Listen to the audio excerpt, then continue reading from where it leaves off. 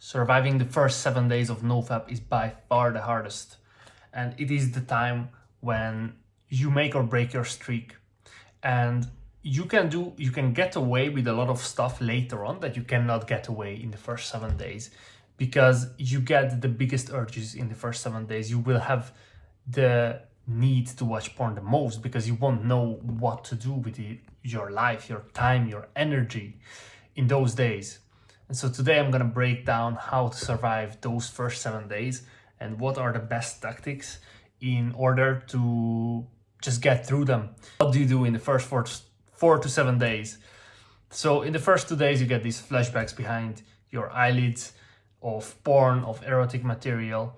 And this is normal, and you will have flashbacks of porn, and you have to understand that this isn't watching porn, this isn't cheating, and this doesn't hurt your recovery at all.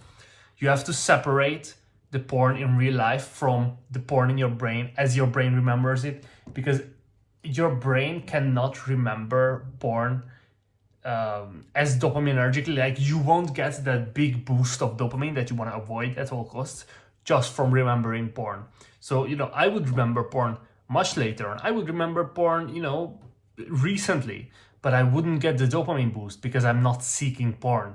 You get the dopamine boost really when you are seeking, when you are expecting to watch porn later on. That's the trick. If you know that the answer is going to be no, and if you know that you're going to say no to watching porn each and every single time, you will not get that dopamine boost. And even in the first couple of days, the dopamine amount that you will get will be much lower by default. So when you get through the first 2 days, it will be very easy to get through, usually day 2, day 3, because things seem to get easier. And this is the false hope. This is the when you think a goal is very close, but it's actually very far. Because once you get to the end of day 3 or into day 4, you will have this big first rush of urges, and your brain will be basically craving more dopamine. Like, oh shit, something happened. We need more of the crutch. We need more of what we were expecting, because your brain was expecting that you're going to watch porn anytime now, and it didn't. And so your brain puts on this afterburner of urges, and you will be bombarded with urges, and you will have to resist this, and this has to be done by force. But that doesn't mean like sit in your room and actually try to resist the urges. What you have to understand about urges is when you do something new, you cannot really have urges. Like, have new experiences, go outside, or do something that requires a lot of your focus. For example, if you go outside and do a trail run, for example, or you go outside or just go to the gym and do a very, very hard workout, you will basically distract your brain. And this tactic only works in these first couple of days, because this is not a natural urge. This is not a sexual urge. This is like a completely insane urge. So you can go out and socialize as well. So these are already 3 things, running, especially trail running, really, really helpful, very, very healthy if it's safe to do in your area. Hard workouts, either a calisthenics park or the gym, and socializing. And I don't mean like, hey, call up your friends, and then you'll be like, oh, but I don't have any friends to call. No, go outside, go to a park, sit down and study, or just, strike up a conversation with somebody who works there, for example. Or my favorite is just go to a coffee shop, order a coffee if it's like the morning, or a decaf, so it doesn't fuck up your sleep, and just work or study there. And so you will be in a social environment, and you're basically handing off accountability on a very temporary time frame. Like, you don't want to hand off accountability. You should be 100% accountable for your actions.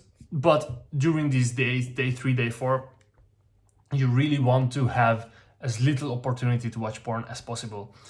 And so this is how you can survive these urges. And of course, meditate a lot, because meditation helps you to rewire the way that you react to your thoughts.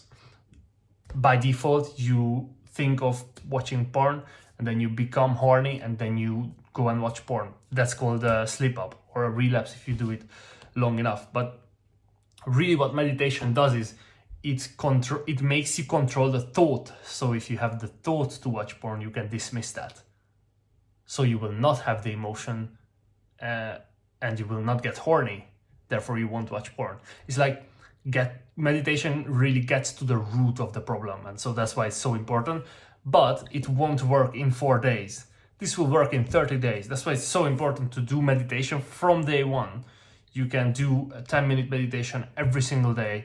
You know, what I recommend is the mindfulness meditation, when you focus on your breath.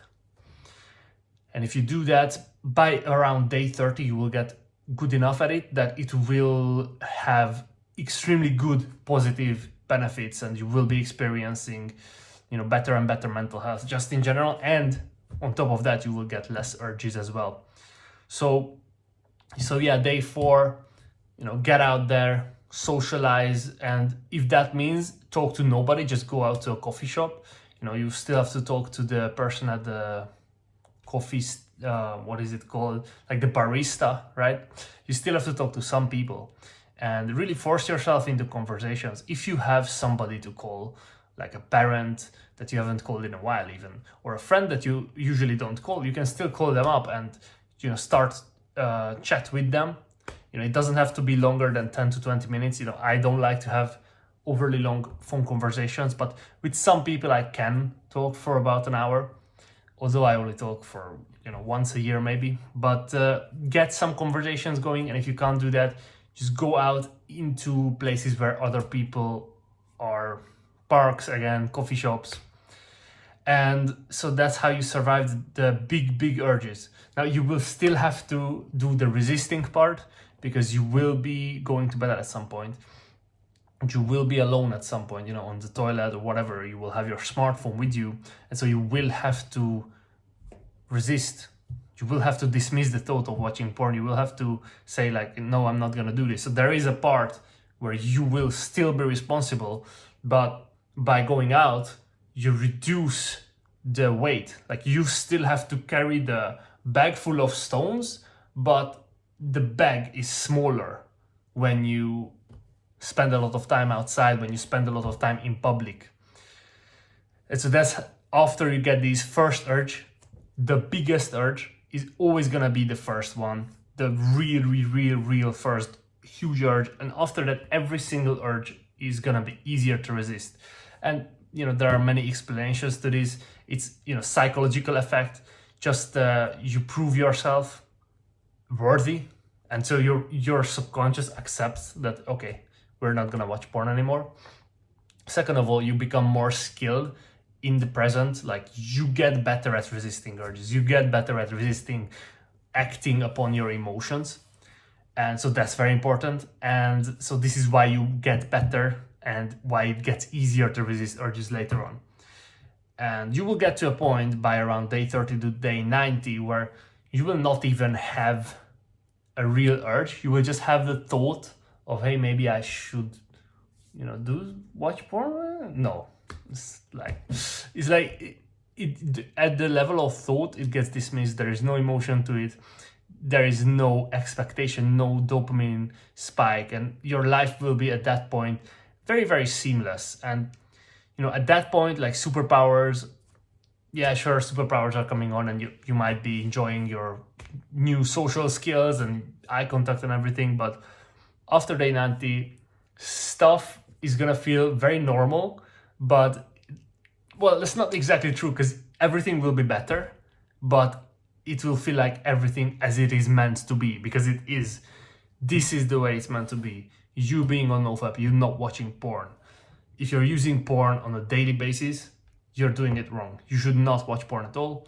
You know, as I said before, masturbation isn't watching porn. Porn isn't masturbation. Porn is a trap for the young generation, and everybody's stuck in it. And so once you quit porn, not only will your life change for the better, but you will also have an advantage, an unfair advantage, to be honest, over everybody else in your area, in your age group. And so that's why it's super important to excel at NoFap, to get good at NoFap. And if it means, you know, relapsing a couple of times, like at the start, I kind of relapsed on purpose because I wasn't really sure if NoFap works. So I just used it as a biohacking tool to get better at Muay Thai, which is like a martial arts. So I would have like a martial arts class. I would, I would punch the bags, I would be sparring. And then after that, I would watch porn like once or twice, and then I would wait so my energy builds up. And so I did that biohacking thing for a while.